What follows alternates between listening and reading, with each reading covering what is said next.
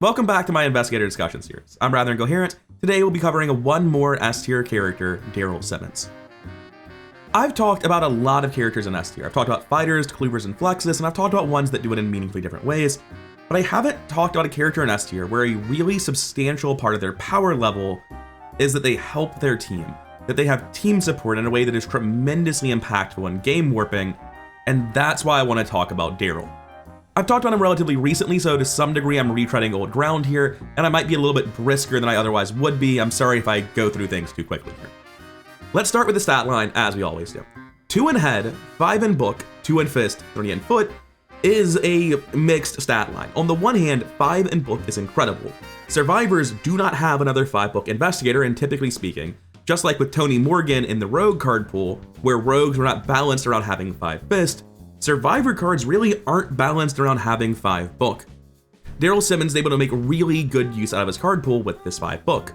On the other hand, 2 in fist being wasted, that's not really a big deal, it's only 1 wasted stat point, but with 1 wasted stat point and so much book, it leaves him with relatively weak mythos stats at 2 and 3. But he has the Survivor card pool, and we're about to talk about his ability and explain why that really doesn't matter at all. You begin the game with Darrel's Kodak in play. We'll talk about it shortly, but first, his ability is a lightning bolt. During a skill test at your location, spend 1 evidence from an asset you control, reduce the difficulty of this test by 2, limit once per test. So this is not just a skill test on Darrel, and it is not just a skill test you start. Any skill test, whether it's you investigating, your teammate fighting, or a mythos test for any of you in the mythos phase, Darrel can use this ability as long as it's happening at his location. And the reason we're talking about the Kodak second is because the Kodak is really just a way to get evidence. You start with it in play, it's not a permanent, so it can get crypt shielded, and that is important. You rarely want to use this as crypt shield fodder, but sometimes it does get crypt shield off the bat, and sometimes it is your least important item. And as reaction, after an enemy or treachery enters play, exhaust Darrel's Kodak, place a resource on that enemy or treachery as evidence. So during the mythos phase, you will typically see something come into play, like a Frozen in Fear or an Acolyte, what have you, where it's going to persist. Not all of the mythos cards happen immediately. And for any of those persistent mythos cards, once per round, you can put an evidence on that mythos card. And then, as a reaction, after you discover any number of clues, you may move that many evidence on enemies or treacheries at that location, or not at any location, to Darrel's Kodak. So that little parentheses there, that's for stuff like Written in Blood, I think is what it's called in Threads of Fate. Stuff where it attaches to the agenda or the act, where it is in the game and it is persistent, but it's not at your location or any location. So you can still get your evidence off of those. Essentially, Darrel's Kodak is going to give you an amount of evidence to use on your ability over the course of the game. That's really all it does. And how much evidence does it give you? Well, it's going to give you more if you're not playing Two-Fisted or True Solo. In True Solo, it's going to be a miserable amount, and Two-Fisted, it's not going to be that much. I don't know if it's going to be constant in 4 players. I would say I'd expect at least 1 evidence every other turn out of this on 3 players. It's really going to impact player scaling a lot though, and it's hard to predict. It'll vary from campaign to campaign, but it will give you a non-negligible amount of evidence at every player count, and I'd say I expect like a little bit more than an evidence every other turn out of it on 3 players. So every other turn, without any synergy, you're getting an unexpected courage. That's not that crazy, but we need to reevaluate what this actually says, because it's not unexpected courage, it's gumption, and there's a reason gumption costs experience and unexpected courage doesn't. That difference is critical to understanding why Darrel is so strong. Unexpected courage gives you 2 question mark icons, meaning your skill value is too higher. And gumption, for 1 experience for survivors, reduces the difficulty of the test by 2. Those are almost the same thing. Either way, effectively your number is too higher than it used to be. But there's a lot of interactions that are meaningfully different. First, if the test is difficulty 2 or lower, it is now completely unfailable short of autofail when you reduce its difficulty. Second, for anything that has a fail by X effect, you are reducing its maximum output. As an example, Rotten Remains is a 3-head test that deals up to 3 horror based on how much you fail by. Darrel changes that to a 1-head test that deals up to 1 horror based on how much you fail by. Darrel is incredibly good at enabling difficulty 0 for himself, but also at making tests easier in general for his team, and more importantly, mitigating the effect of any mythos card that has a fail by mechanic on it. Additionally, there is virtually no team with a Darrel on it that will struggle with any scenario test. because even if your team's not very good at opening a locked door, it is tremendously easier as a difficulty 2 fist or foot check to the point that veritably any team will get through it. The reason Darrel is a powerful support character is entirely because of this ability and how it interacts with your team and being able to funnel evidence into it for a ton of value. His card pools are going to determine how much value you get out of it, and the answer is if you build for it an absolutely wild amount. Lastly, his star is place 1 evidence on an asset you control, which, having established the bare minimum value of that is unexpected courage at a later date, is incredible. Coming down to his deck building, he got the nuts. He has the best card pool you could ask for out of anyone other than a Seeker, which is that he got Seeker as his off color. He's Survivor 0-5, Seeker 0-2. Considering he's got a 5 in book, and we've established that he's going to be very good against the Mythos phase, actually I didn't really harp on that too much. I established how good this is, but I never went back to his stats. 2 head and 3 foot sounds bad. How does 4 head and 5 book sound while having a 5 in your proactive stat? Does that sound absolutely broken to you? Because I'll remind you, that's actually an oversimplification of the nuanced reality that his stats are better than that, because Rotting Remains is a 1 head test, etc, etc. He's actually virtually impervious to the Mythos phase. The first time I played him, I intended on buying like Hazard Suit, the Fire Suit, whatever it's called, for 3/3 soak because I was afraid of dying. And I just never bought it. I never needed the soak at all. The Mythos phase couldn't touch me. And that has been my experience repeatedly playing him now in various builds. And boy, howdy does he have a lot of builds, and I think it's about time to get into them. I will mention that every build has to consider Ruined Film. His signature weakness costs you 4 evidence, and for every evidence you cannot lose, you take a horror. If you completely ignore his ability, you take 4 horror at some point.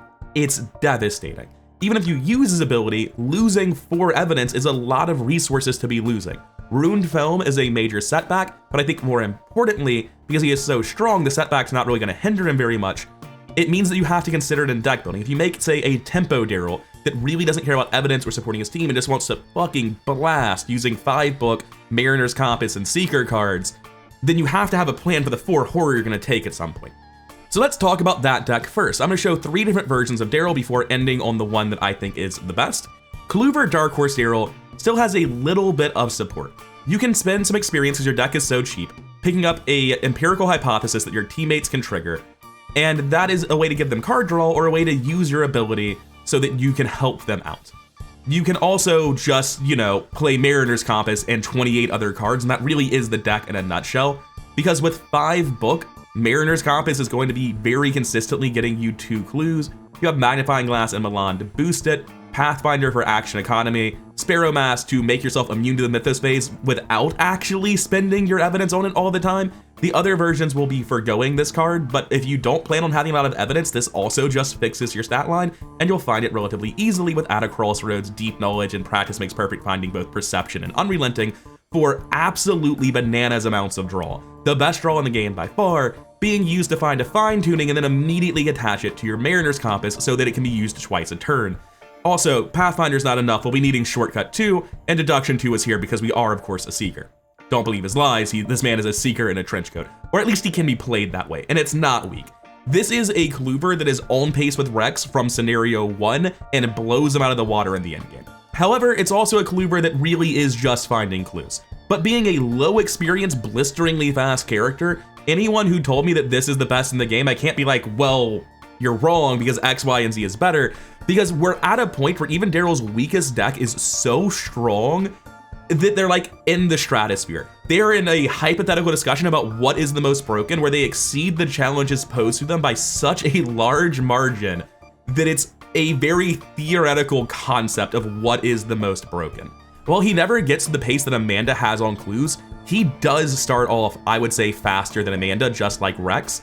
And while he doesn't scale to Amanda's position, he does outscale Rex, and I think deserves to be higher on the tier list than Rex, because Rex really is just a Cluever. You can build him to have more team support, but he's not going to be meaningfully better against the Mythos than Darrel. A little bit, not much, if you build him for it. He's going to have a little bit more team support if you're building a team support Rex and not a team support Darrel. But like, the pure Clue Darrel is just a menace. He's so fast. Being able to have this much draw guaranteeing you attach a fine-tuning to a Mariner's Compass is absolutely disgusting. And also, all of your cards can be vomited immediately, your draw can be given to your teammates, your deck costs almost nothing, and you have a Melon, so you can easily afford to cut economy. I'm not running Crack the Case, I probably should be. This Madame LeBranche is stupid. Looking at it, I would cut this for Crack the Case to get to my team. And I'll go ahead and edit the deck now because it just should be like that. And when you look at that, we cut a survivor card, the deck costs less experience, less resources, and has more team support now, because that's just what adding seeker cards tends to do. But yeah, Crack the Case fixes the minor economy issue the deck had. It gives you more team support. We're still blisteringly fast. We can vomit out our entire hand so quickly that in a previous iteration of this deck, the reason LeBronch was originally here is I was toying with the idea of running like LeBronch and Cornered. And it would absolutely steamroll campaigns. He's strong enough to try so many cute things that are like maybe functional on other weaker book-based survivors, but absolutely mind-bogglingly, stupidly powerful on Darrel. I wasn't expecting to go this long about just pure tempo Darrel, but pure tempo Darrel is really, really good. I'd argue that he might even be better than difficulty 0 Darrel, but I'm not sure about it. This is another version of proactive Darrel that's really not too concerned with the mythos phase. It, however, does have the Hawkeye folding camera. Because you have this, you're gonna have a lot more to hand out in terms of evidence than the other version. It also has empirical hypothesis. It's again very cheap. The other deck has an empirical hypothesis upgrade. This one doesn't. It's not because this one doesn't want it. It's because this one is already more expensive because it has more pieces. Shed a Light is absolutely nuts. So is Old Keyring 4, I guess it is now. Darrel's able to uniquely use this archetype using his ability to reduce Shroud. So with Old Keyring 3 originally being usable only on 2 Shroud locations, and then matchboxing it to 3, and then gumping it to 4 or 5, depending on if you use the matchbox. With Darrel, you can use it on a 7 Shroud location with everything. You can use this with nothing else in play on a 4 Shroud location. Darrel's uniquely good at enabling this archetype, and the raw power of Shed a Light is stupidly high. I played a version of this deck before that had like Resourceful and True Survivor to recur the Old Keyrings, the Shed a Lights. You can use that in a way where you effectively always recur the True Survivor and you keep getting stuff back forever. My experience was that I, like Amanda, I said Amanda doesn't need to get as many clues as she does. She could complete a scenario with 3 times more clues than anything that actually exists, faster than most normal seekers complete a normal scenario. That's sort of where Darrel's at when you try to start recurring Keyrings and Shed a Light. Like, you just don't need to. You have enough already. I feel it's better to be more impervious in the mythos phase, more consistent in getting off the ground in the first place. You can get more longevity than this. It's just the scenario doesn't tend to be that long. So comparing this to the other deck, I actually think this is probably a little bit weaker. It has more experienced cards, the Old Keyring, the Shed a Light, where it gets off the ground a little bit slower. You'll definitely be starting with something more similar to this deck for sure. You don't really have difficulty 0 stuff to start with, like you have the Old Keyring, but you don't have a reason to play it at level 0 without Shed a Light. This is a middle ground deck that's sort of between the pure tempo Darrel and the pure support Darrel. And I say pure support, but it's still a very good Cluever. We'll get into it in a second. And I think that it comes out worse for it. This is the, I think, way Darrel might have been originally intended to be played, because this is the archetype printed with him, for him. But that's not really important to me. Optimizing made it important to test this out and see how it does, and it was an incredible deck that I loved when I first played it. But the reality is I think it's worse than the Mariner's Compass Darrel at speed, and worse than a team support Darrel that does clue dropping, and it finds itself in an awkward middle ground where I think most teams are better served with a different Darrel. Not to say this Darrel is bad by any stretch of the imagination. You couldn't make a Darrel that fell below B tier if you wanted to. I honestly don't even know if you could get him beneath A, he's that strong. Which brings us to, in my opinion, the best Darrel deck, although it's highly debatable because the game is so thoroughly crushed by him that maybe any discussion of a best Darrel deck is hypothetical. The Clue Dropper Darrel. Clue Dropper used to be broken. Research notes, I don't know why this is happening. What's wrong with my internet lately? We need to start by reading research notes because it's the core part of this archetype. As a reaction, after a player card ability places 1 or more of your clues on your location, place that many resources on research notes as evidence. So you can see how this is going to combo with Darrel in some capacity. And as an action, test book 0, for each point you succeed by, you may spend 1 evidence to discover 1 clue at your location. The original idea behind research notes is it makes up the tempo loss of dropping a clue. Sure, you drop the clue and you had to put the research notes in play initially, but if you drop 4 or 5 clues over the course of a scenario, then later in the scenario you can just spend all the evidence and pick them all back up. And that was actually too strong. First of all, getting more than 3 clues at a time with this was just generally problematic, but what was really problematic, the reason this gained the taboo max 3 evidence spent per round, and not a limit, is because you would hold a research notes in both hands. And then every time you drop a clue, instead of making up for lost tempo, you actually generated tempo. You got 2 evidence for dropping 1 clue, which was worth 2 clues. And suddenly, you would be getting into a situation where after about 4 turns of having 2 research notes in play, every time you wanted clues, you would just investigate with the research notes. You'd pick up like 5 clues off your location because you had dropped 2 of them on your 3 clue location. And the other research notes, like, yeah, the one you just used is empty, but the other one still has like 6 evidence on it. And you would just be off to the moon. You'd be able to get a basically unlimited amount of evidence and unlimited amount of clues. And it really was like super powerful to the point that every seeker had to consider running this archetype. I think the entire archetype is much better off right now in a much more balanced place. However, for characters with direct reasons to run it and synergies with it, it's still incredible. And Darrel really cares about evidence. So for Darrel, the fact that he's only making up for lost tempo isn't that bad, because all the extra evidence we get from dual-wielding research notes is going to trivialize basically every test in the game, not just for us, but for our teammates. Because once you start dropping clues while dual-wielding research notes, you have unlimited evidence. It's wild. So how much draw do we have? We really need to get research notes into play, both of them. If we have to hit both, and we don't want to run Research Assistant, how much draw do we need? And the answer is a lot, but we're Seeker Survivor. We have Unrelenting 1, Perception 2, Practice Makes Perfect for Duplication, and at a Crossroads and Deep Knowledge for raw draw. Even Lucky level 3 to some degree is a draw card.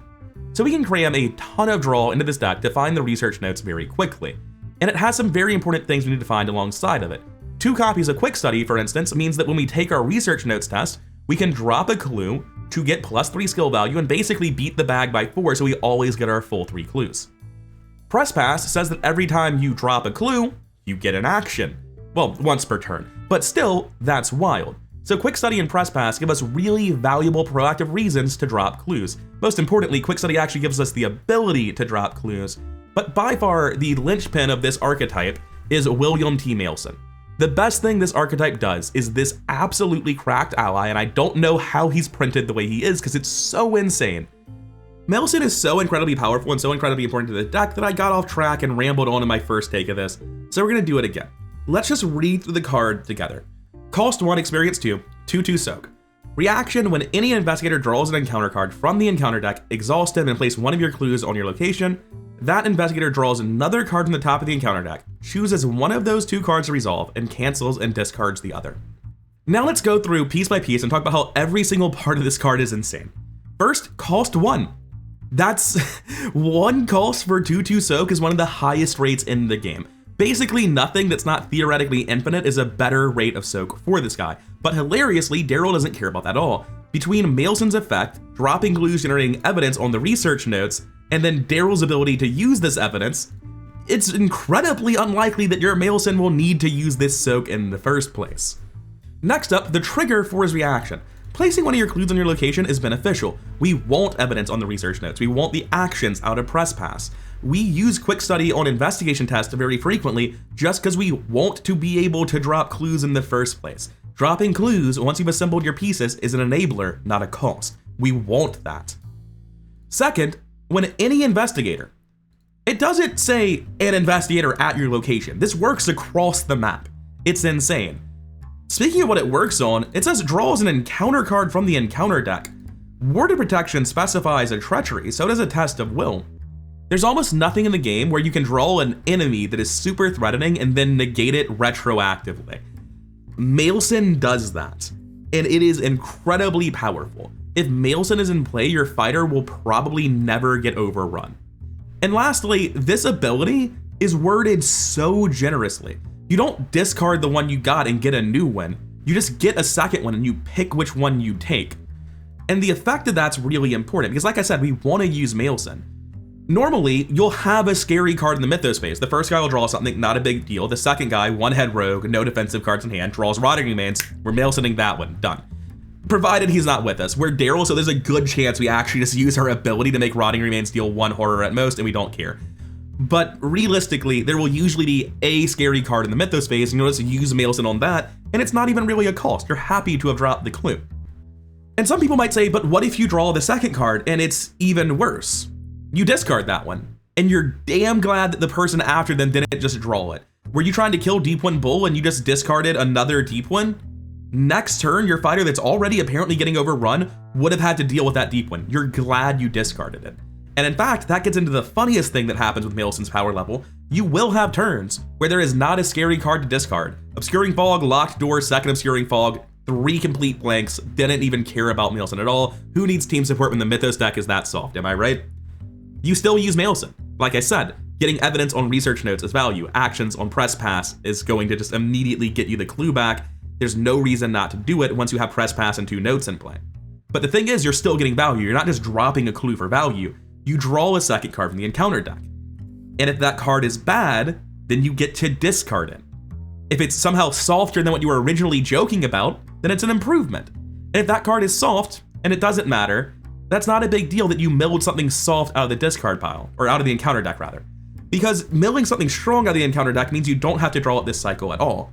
Whereas if you're worried about making the deck harsher, you have Melon on board. You're not worried about that. It's not gonna happen. So even on turns where Melon has nothing to do, Melon is still generating meaningful value by milling dangerous things out of the encounter deck that you otherwise wouldn't have seen and further enabling your clue dropping archetype. And in case I didn't cover it, Press Pass is the expensive accessory where when you drop a clue, you immediately get an action, which is very valuable. The gist of the clue dropper archetype is very basically, you want 2 copies of research notes, at least 1 press pass, at least 1 Melon, and at least 1 quick study. Having the second press pass, which is a lot of experience and a lot of resources, is nice. Having the second quick study is nice, but you really need both research notes and then a way to enable them and a way to get the actions back by dropping the clues. Which is why it's so important to have so much draw on the deck to quickly get all of that together. Lucky is very much a flex card. Like the rest of this deck, other than the clue dropping stuff, is Melon, Burn the Midnight Oil, Crack the Case, Practice Makes Perfect, and Analysis. Sorry, Deduction and Analysis. I covered the wrong one. Like, basically the whole deck is just powerful Seeker stuff, exceptionally large amounts of draw in the Clue Dropper archetype. The only card that really deviates from that is Lucky 3. Lucky 3 is easily the most flexible card in this deck and could really be anything. But at 36 experience and personally loving Lucky as a card, I would probably go with this. It further leans into team support. Getting +3 to a skill value for a test basically means that if it wasn't an auto fail, they're going to pass. If they had any chance of passing initially, then they draw a card, which is valuable. If you use it on yourself, it can get you deeper to what you need to actually find in your deck. It's not exceptional. It's probably the weakest card in the deck, and it really could be anything, but I just like leaning further into the team support and being absolutely certain that in the early game, I'm going to be able to pass my test against the Mythos phase, and in the late game, I'm going to be able to help my team even more. The sales pitch for Clue Dropper Darrel is essentially that while Gloria turns off the Mythos deck by always assigning the worst cards to the best people, Darrel turns off the Mythos deck by always ensuring that the worst card is not that bad. Between his ability allowing him to frequently use evidence on his teammates to give gumption on every dangerous Mythos test, and Melon allowing him to just remove the worst card each round, you absolutely neuter the Mythos phase with this deck. All the clue dropping isn't that big of a deal because Quick Study is very frequently putting you at base 9 with Melon against a difficulty 0 test for 3 clues on the research notes. That's only once a round, but outside of that, you're a 5-book Seeker, 6 with Melon, getting 4 actions a turn with Press Pass. You have Quick Study if you really need it to break through a High Shroud location, and you still have Practice Makes Perfect deduction loops and a deck with more draw than almost any other character in the game. Is he one of the fastest Cluevers in the game? No, absolutely not. I would say he's like at most 5th, probably a little bit worse than most Rex decks, because most Rex decks don't have to spend a while playing Deep Knowledge on themselves to find the second research notes and then play that too alongside the rest of their asset package. He's incredibly fast at the end of a scenario, but he has setup time that other top tier Cluevers don't. However, despite that setup time, he easily makes up for it and crushes the pace the game expects you to be at. He's definitely faster than most B tier Cluevers, and I would say he's also faster than most A tier Cluevers. There's only a couple, like a Tempo Men for instance, that I think are faster than Clue Dropper Darrel that don't make it into my S tier. Clue Dropper Darrel is far, far more than sufficient to just destroy the clue pace of the game. He can easily cover the main Cluever role and quite a lot more than that. But the major thing he does that elevates him above similar characters is crushing the Mythos phase and making your team just impervious to it. Not himself, your whole team. If you have a flex character that's off on their own, you're like, oh, you can't really help him that much. It's only Melon. Once you find him, you're not gonna be able to use your ability all the time. That's true. And if that's happening and they end up mostly dying before you get Melon in play, you can keep them alive. Because they'll be like, all right, I'm done branching off. I'm gonna stop ending my turns away. Darrel will tell me where you're ending your turn, or I'll do the same, and we'll make sure we end our turns together. Please do not let me take 3 damage from a Rotting Remains. I have seen that happen before, where Darrel is unable to protect his teammate initially, and then they start to pal around later so that Darrel can always use his ability to keep that person safe. It's my opinion that this Cluever is far more than sufficient. It crushes its role, and the additional value it provides by essentially making your whole team Mythos immune is easily one of the best characters in the game and the best build for Darrel. The interesting thing with Clue Dropper is that you can never really start as Clue Dropper. You want good recursive ways to drop clues every turn for research notes to go to the moon, and there simply aren't assets that let you drop clues every turn at level 0. Or if they are, they're so bad that I've forgotten about them, and I'm pretty sure it's just events and skills really. And there's not a valuable recursive asset at level 0 that lets you do this. So going down to level 0, we basically just don't play Clue Dropper. These research notes are just gonna sit in our hands, and instead we're gonna be using, literally in our hands, not our hand slots, the hand of cards we have. And instead in our hand slots, we'll be holding the Hawkeye folding cameras because we wanna get some evidence on them and use them for our team. There's a real argument I should have a second empirical hypothesis here over something, probably a look what I found. Because the idea is I want to be able to get as much evidence as possible to help my team, even if I'm not doing the Clue Dropper stuff effectively yet. That's also why I run Sparrow Mask in the level 0 version of this deck, is because if I want to be able to use evidence for my teammates, I don't want to have to use evidence every single time I take a Mythos test, and this really helps with that. By and large, the rest of the deck is basically just the generically good level 0 card that got upgraded in the final deck. There's not a lot of things here that are different. The main one is I have 2 copies of Look What I Found that could be anything, and I don't necessarily believe they're optimal. I honestly already think one of them should be Empirical Hypothesis. So the important thing with this build, since you don't really get to start off as Clue Dropper, is 1, maximizing your team support in scenario 1. Since they're expecting you to support the team, you need to do what you can to provide that team support in scenario 1, get as much evidence as you can and use it on your teammates there when you don't have research notes online. The second thing is, what are the core upgrades? How do we very quickly get this online? And that's pretty straightforward. You want 2 copies of Melon. Finding this guy is incredibly important. You're not expecting to use him as soak and need to play the second one, you just need to find the guy. That also means you need a charisma, because you're really not looking to not play Dr. Melon. So that's 7 experience, it's incredibly core. After that, I would actually say quick study is more important than press pass, because it makes it so that you can pass pretty much any Mythos test. You get a grasping hands rather than using your ability and losing an evidence. You use quick study, test 6 to 3, and then you get evidence instead. Quick study is really, really good for making your own Mythos phase good without having to use your evidence on yourself. It also helps you just bulldoze through a research notes test and beat the bag by, well, you know, be 3 plus the bag so that you always get the full 3 clues. And press pass is the least important part. I would still get 2 press passes early, but I would not buy Relic Hunter until very late, because the simple fact is that unless your team's helping you with economy, costing 4 is pretty prohibitive, and you're probably going to need a rogue to Faustian bargain you if you want to play this in the first half of a scenario. The second one, I mean. Everything on the right side, except for Unrelenting at a Crossroads, is bells and whistles. You need that draw. Perception's actually probably more important of an upgrade in this deck than Deduction, because it's more important that you find this stuff quickly than it is that you demolish your role as a Cluever. You're more than good enough as a Cluever. That's not why your team brought you, and it's not what you're excelling at. I say it's not what you're excelling at. He's great at it. He's better than like the vast majority of the roster at it. But upgrading Perception means you're finding Melon and enabling your archetype faster. Whereas upgrading Deduction means you finish the game 2 to 5 actions earlier, depending on how many times you duplicate and redraw Deduction to get those bonus clues.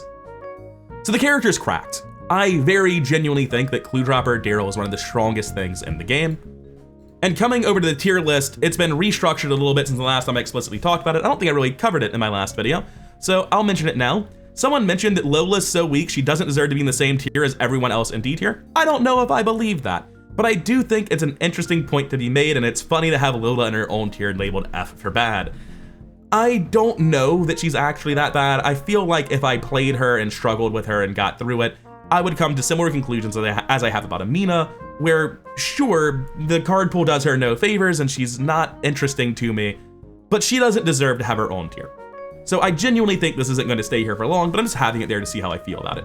Likewise, and the reason I actually put it there is to mirror the top tier. I don't think anyone's playing the same game as Amanda or Gloria. I think Amanda just breaks the game in half, and I think Gloria does what Darrel was doing, but from scenario 1 with a singular card. So that's why Gloria gets to be an S+ for broken. But of every character that I think is remotely fair and balanced, Darrel is the one that is the strongest. Amanda's so fast it breaks the pace of the game in half. Gloria just turns the game off. Darrel feels like he's using a bunch of different tools to all together turn the game off in a way that's much more fair than Gloria just saying I tap Alyssa Graham and the Mythos phase doesn't happen. I feel like there's been a lot of movement in the top of my S tier where I'm really torn, where stuff like these characters are so fundamentally different, because when people say it's apples to oranges and you can't compare investigators, I agree within the same tier. I don't really think it's fair to say that Wilson is a worse flex than Roland Banks is a fighter, especially when Roland Banks is always at least a little bit of a flexy fighter, and it's certainly impossible to compare Bob Jenkins as a Cluever in a super direct way to Hank Sampson as a fighter. So when I'm trying to organize them from left to right directly, one is better than the next, take any positioning within one tier with a grain of salt, especially when they have different roles. I agree with that. That's why there's so much movement in the top of my S tier. Jacqueline essentially lets you negate and auto-fail around. Rex is insanely fast, but doesn't really scale up as well as anyone else in S tier. Tony Morgan's by far the strongest, most proactive fighter in the game. Mark Harrigan is able to pass any scenario test, any Mythos test, use uniquely high draw decks with Bestow Resolve to achieve crazy things both as a fighter and a flex. Harvey Walters can play a flex character that is essentially just a 5-book seeker with 28 cards of Cluever, and then use Carnivorous Myconid and Occult Lexicon to be better at fighting than most fighters, provided somebody can cover for him long enough for him to draw these cards, which is not going to take long. He's Harvey. And then Darrel mitigates the Mythos phase insanely while being a Cluever that is honestly a little bit worse than Rex. I gave up a lot of power for all that Mythos mitigation. These are all apples to oranges. They shuffle around because they're strong in such different ways. But they are all decidedly stronger than the stuff beneath them. That's the thing. I agree with apples to oranges and nuance when we're talking about movement within a tier. So while I do struggle with comparing different roles of vaguely similar power levels, and I agree there's nuance there, and there's really no great meaning between me having Darrel here or here, and it's kind of just based on hype on a given day within one tier if they're different roles, I can still really confidently compare things that are more different than that. I would never disagree with someone that said Tony's a better fighter than Darrel is a support Cluever. I don't think I'd really ever, that's not a hill worth dying on. Nothing within a tier is worth dying on. But I have no issue saying that Darrel is a better support Cluever than Hank Sampson is a fighter. I can say that with no doubt, instantly. I don't have any reason to rethink that statement at all. So I want to mention that because of the whole apples and oranges thing and people talking about comparing investigators, nuance makes specific positioning within a tier pretty hard to be confident in. And I wouldn't even disagree if someone just said, fuck ordering the tiers. The tiers can't be ordered. I try, but it's so difficult. It's honestly mostly hypothetical, and it's not something I'll ever have die-hard confidence in. But placing them in different tiers and comparing them in general power level, I don't feel doubt about that at all. That's apples to oranges, but that's a really big apple and the orange is looking pretty moldy, you know? Anyways, that'll be all. There have been a lot of double takes in this video, so I hope the final version comes out remotely coherent, because I'm at 50 minutes raw recording and these videos are not supposed to be that long. If you made it this far, then thank you for watching. If you could like, comment, and subscribe, all that stuff really does help the channel grow. I really do appreciate it. And a massive shout out to my supporters, both on Patreon as patrons and here on YouTube as channel members. I'll see all of you in the next one.